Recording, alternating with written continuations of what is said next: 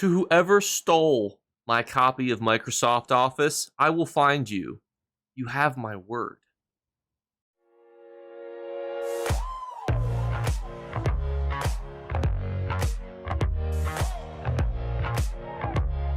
What's going on, YouTube? We are here inside the Hollow City, inside of Cold Harbor, to be at our favorite rave, which is called the Luxury Furnishing Vendor. Now, we come here every single week to go over a few things, namely, to see if any of these furnishing items will be good, either to use for our own personal selves or to resell, just because, might want to be able to resell these bad boys for a little bit of profit. And this week, we're going to continue our theme of plants. Now, plants are generally a bit hit or miss because usually the people that need them stock up on the specific ones that they need.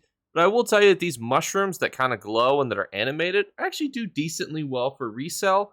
They got a little bit of resale value to them. Nothing that I would think everybody should go out and get, but if you generally do pick up the items from this vendor, I would say your mushrooms are probably your best bet. But we'll see what the next one's got for us.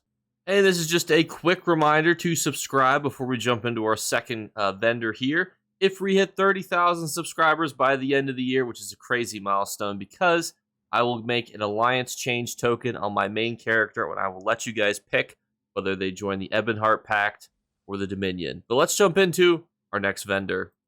And we start with Braha's Curse, which is one of the goofiest sets in the game. It is an overland set. Reduces your damage taken from traps. When you deal damage, you have a chance to concentrate the ground, which reduces the movement speed, deals a little bit of damage, and heals you. Is this good? Not really. I mean, for a 5-piece set, you need a little more oomph. And if you wanted to kind of make this into some weird Indiana Jones setup, you probably also want to do a little bit more for movement speed for yourself, or reduce people's ability to detect you. Something else other than what we have here. So unfortunately, this is an easy skip. Next, we have Nightmare, which is a set that comes from Spindle Clutch 1 and 2. When you deal martial melee damage, you apply Minor Maim to all enemies within 8 meters of you, reducing their damage done by 5%. This is, again, one of those sets where Minor Maim is not necessarily something that's super essential for needing to be able to do. There's very limited utilization where you're like, all right, team, I need a set that's going to make everything 5% weaker within an 8-meter radius of me right now. And then somebody's like, I know what we need. I know what the set is. It comes from Spindle Clutch 1 and 2. You're not going to find that situation very often, so you could skip this set too. Next up, we have a set from Scale Caller. When you deal damage, you summon a Skeever Corpse, which launches up to 5 poison balls over 5 seconds that each deal 2734 poison damage. The nearest enemy within 10 meters, this can occur every 8 seconds, and it also gives you a nice line of weapon and spell, and health.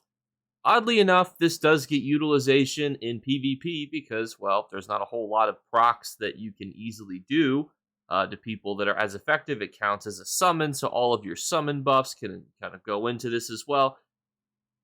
It's definitely very unique. Whether or not you would buy this, I would generally say no, but it does come from Scale Caller, which can be a bit annoying to farm. So maybe this is something you would look at if you want to do it. I think it's probably like a B, maybe a B- PvP set. You will see it every so often, but it's by no means meta-defining by any shape or form. But it is above average. Next, we have Sword Singers. Now, a pop quiz for you. Why are there so many of these jewelry pieces on the ESO market? I'm going to give you guys 5 seconds to answer before I tell you why. But this is a very popularly farmed set, inadvertently, and that is because it comes from the Alakir Desert. And if you farm the dolmens, you get the jewelry. So there are hundreds of millions of these purple jewelry pieces all over the market. But that doesn't answer the question, is this set good? And to answer that question, we have to ask ourselves, is 600 weapon and spell damage, but being confined to two-handed abilities good? And the answer is you could find a utilization for this. There are some classes that are really reliant on two-handed abilities. Think of things like the Warden, they Dizzying Swing, they Executioner Strike. That's their whole bread and butter. Maybe they, hit you with some beetles every so often if they can press more than 2 buttons. If you're in a situation where you're only pressing a few buttons and they're all two-handed abilities, and the two-handed ult is also pretty good, 600 weapon and spell damage is a lot, But the thing I dislike about this set is its 2, 3, and 4 of stand, weapon, and spell and crit chance are a bit okay. I would say this is probably like a C plus B minus set. It's certainly okay at what it does, and you can certainly utilize the two-hander abilities to their maximum effort and effect, but I don't think that it's going to be as effective for you because they also become very easy to read. If you've ever PvP'd a Warden that's using Dizzying Swing and Executioning Strike in the Beatles, you know exactly what they're going to do, and this is a set that's just going to push you into that same meta. Next up, we have the most valuable monster set style in the game, but unfortunately, it's not the style, it's just the actual set. So it begs the question, if this bad boy is usually worth hundreds of millions of gold or tens of millions of gold, depending on where you play, how valuable is the actual set itself outside of how it looks? Because realistically, it does look pretty cool. Applying a status effect to an enemy grants you a stacks of Zadrus Ambition for 10 seconds up to 3 stacks max. When you gain 3 stacks, the stacks are removed and you gain 4 ultimate. On gaining ultimate, you cannot gain additional stacks of Zadrus for 1 second. There's some interesting utilization for this. I actually think that this is really good for things like arena builds, infinite archive, being able to stack elemental damage on things is just relatively good, especially for solo and duo arenas. Gaining ultimate can be very helpful. It's a good set. It's certainly not a set that you're going to really wear for any sort of meta, trials or dungeons, but I definitely see infinite archive. I think I see things like overland farming.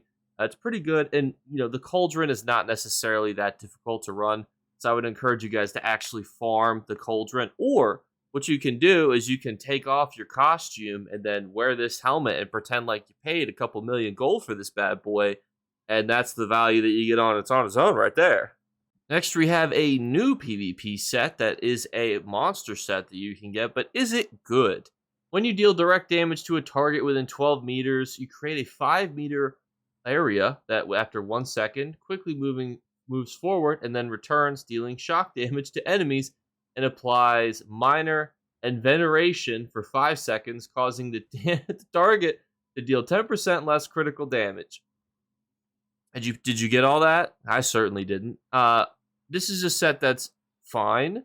The problem is that if you're fighting anything that's not a player, you're not going to be crit anyway, so taking away their crit not going to help you a whole lot unless there's any sort of PvE changes in the future. And this also seems like something that's relatively easy to dodge. So, I guess if you're like right in front of somebody, this could be something that's very difficult to dodge because you have to proc it with direct damage to a target. I could see this being used for something along those lines. It is 5 meters. This area is pretty big, but I just don't think that taking away critical damage for 5 seconds is going to be super helpful. You certainly could build up to deal even more shock damage, but overall, I'd say it's probably about like a C+. Above average, but that's just because there's a lot of below average and a lot of average sets that are even worse. But everyone, thank you guys so much again for watching. As always, we are doing our 3 giveaway drawings. All you need to do is be subscribed. Second thing you can do to get an additional entry on that one is follow on Twitch and YouTube. Second drawing is for a random comment, so just leave a comment that does not get flagged, please. Third thing is look for a hidden word to be flashed upon the screen. There's one hidden word at least every single month. If you're the first person to comment it, you will win. Thank you guys so much again. Tomorrow I'm going to do a video on the Gilded Glory event, which is the double gold. It sounds pretty mundane, but there's quite a few unique ways and things to kind of utilize it, so I want to break all that stuff down. And maybe, too, we'll talk about the crown store because crowns are on sale right now. And I'm also hoping that this kind of sorts out the ESO economy at least a little bit because double gold is actually a really good potential way to do so by giving people access to the ability to farm gold over the weekend during QuakeCon. So we're going to talk about all that and more tomorrow, so I'll catch you guys there, and I'll see you then. Bye, guys. You better remember to like and subscribe to Jakeclips. Or you should. I might have to pluck your eyes if you don't. Or, better yet, I'll skip rope with your entrails. Do it now. Subscribe. Ta-ta. Off with you.